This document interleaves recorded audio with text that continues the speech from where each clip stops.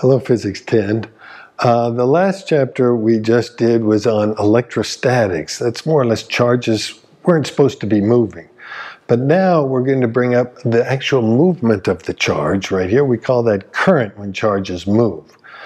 And remember, charges only like to move in a good conductor, which would be like a metal or a wire or something like that right here. And we also brought up last time, which was voltage, which was a separation of charge, right? Remember, plus and minuses want to be pulled together. It takes work to pull it apart, just like it takes work to lift this off the earth. I'm separating it from the earth.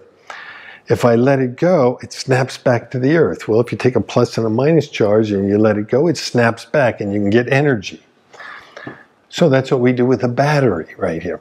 Now, a nice way of thinking about charges moving through a wire is to think about water moving through a pipe. It's very analogous. The two are very analogous to each other. So suppose we have two tanks of water right here. One of them has more water in it than the other. We've separated, we pulled more water over to this side than this side. So we have a separation of water. That's kind of like a voltage, because we said voltage was a separation of charge right here. Water would like to get back over to here, but it can't unless I put a pipe in there. Otherwise, it can't just go through the container right there. So if I put a pipe in there, then I've got a container, I've got water flowing right here, and we could say we have current flowing right here. This could be like a fountain right here, but you can't just keep this pipe here going, because this water level will drop and this will go up, and pretty soon you'll be level and it'll stop. So what we need, just like with a fountain, you need to buy a pump right here.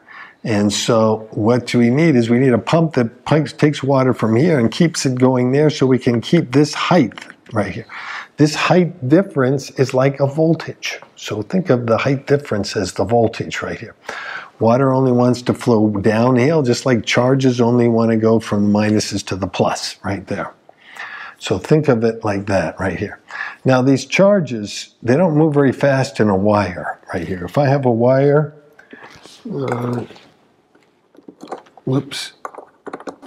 if I have any sort of a wire right here, even if this were a plug, if I plugged it in, these charges would move very slow right here, even in the wall right here. Or if it was connected across a battery. These charges would move on the order of this much every minute. So charges don't move very fast. Something moves fast right here. It's the disturbance that moves fast, but the charges move very slow right here. So suppose we wanted to come up with an equation for the flow rate in this pipe right here. Well, the flow rate for this pipe right here depends on the height difference right here, because if this heights were the same, nothing would flow. So it depends on the height difference, and it also depends on the pipe right here. If you have a big fat pipe, you're probably going to get a lot of flow rate. If it's a real skinny pipe, it's all rusty and kinky and all that stuff, then you're going to get a very low flow rate right here. And we can talk about the flow rate, like, or at least for the pipe, we're going to talk about the resistance of the pipe right here. If the resistance is big, it means it's really skinny, the flow rate is really small. That's why it's in the denominator, when we talk about the resistance of the pipe right here. Okay, and so this is all that depends on the flow rate through the pipe and the height difference. Well, with electricity, the equation is almost exactly the same. It's the same as this, except for what we call flow rate, we give it the name current right here. It's the movement of charge. We give it the letter capital I, and the unit are in amps right here, amps. Over here, the height difference is like a voltage. So that would be the voltage, and it's usually in volts right there. And down here, we got not the resistance of the pipe, but the resistance of the wire right here. A big fat wire would have a little resistance. A little skinny wire would have a lot of resistance right here. So what do we got? We got I equals V over R. This right here is the main equation in all of electronics right here. It's called Ohm's law right here. That's because ohm came up with it. And that's also the unit for the resistance of a wire. It's ohms right here. And now, since it starts with an O, it's one of the pitfalls you have when your last name starts with an O, because 6 ohms would look like 60 HMSs. So it's one of the pitfalls you have when your last name starts with an O. So what they do is they use a little symbol to compensate instead of ohms. So if you had like 6 ohm resistor, they would put 6 and they'd use that symbol. Or the schematic symbol looks like this. It looks like resistance right there. It's current that kills you. It's not voltage right here. 0.1 amp, a tenth of 1 amp is usually fatal if it's across the heart. Just to give you an idea, a 100-watt bulb in your home is about 1 amp. That's enough to kill 10 people. Luckily, we're not always dying right here. This is across the heart right here. So now, let's just say we have a battery. Remember we brought out a little battery last time, but let's say this is a 6-volt battery, just to make the numbers easy. And you hook up a resistor to it. Well, what's a resistor? Well, a light bulb is just a resistor. A wire is just a resistor. Anything, your TV is just one big resistor right here. A bunch of them put together is just one big resistor. But let's just say it's this bulb right here, and this bulb is 6 ohms right here. That's how much resistance it has going through there. Well, we can get the current because we know the voltage and we know the resistance. I is 6 over 6, which is just 1 amp. There'd be 1 amp flowing through here. As long as the battery can put out that, you know, if this pump can't supply 1 amp, then you're not going to get 1 amp here, but I'm assuming it can right here. Now, we can also define, besides this equation, the power. How much power is being used up by the bulb? The power is defined as the current times the voltage. So the current we said was 1 amp. The voltage we said was 6 volts. So this would be like a 6-watt bulb right here. If this were a 6-watt bulb right there, it's not real bright right there. So these are your 2 equations that are in this chapter. Power is current times voltage, and I equals V over R. Those are the only 2 equations we're using right here, even though I gave you one more right here, but we're not going to use it. But now for a wire, if we wanted to know what the resistance is of a wire, it depends on the length of the wire, it depends on the area of the wire, how fat the wire is, and it depends on what material it's made of. Is it aluminum, copper, and so on. And there's the actual equation for it. It's the type of wire. There's some number for every type times the length over the area. And now if we look at something like an extension cord, you notice if you go to Home Depot and buy an extension cord, they have a lot of different fatnesses right here. Well, fatness, if you have the fatter it is, the bigger this is, the smaller the resistance is right here. You don't want a lot of resistance in your extension cord right here. Because if the resistance in the extension cord is the same as the resistance of your device, then they're each going to share half the power right there. And that would mean that the extension cord would consume 50% of the power. It means it's going to get hot. You don't want that to happen. And not only that, most power tools, they need the full power. If they don't get it, they're going to just burn up the motor. I don't know if you've ever had like a leaf blower, an electric one, and you use a little extension cord on it, and all of a sudden you say, hey, the thing's not working. Well, that's because you blew the motor on it right here. So if you buy a leaf blower, look and see how fat the extension cord has to be. They'll tell you so that you don't blow the motor right here. Okay, now, anytime this circuit breaks, if it breaks anywhere, you don't get a watery mesh, it just stops everywhere. That's the way it works right here. So if you break this circuit, the light would go off right here. So current stops right here.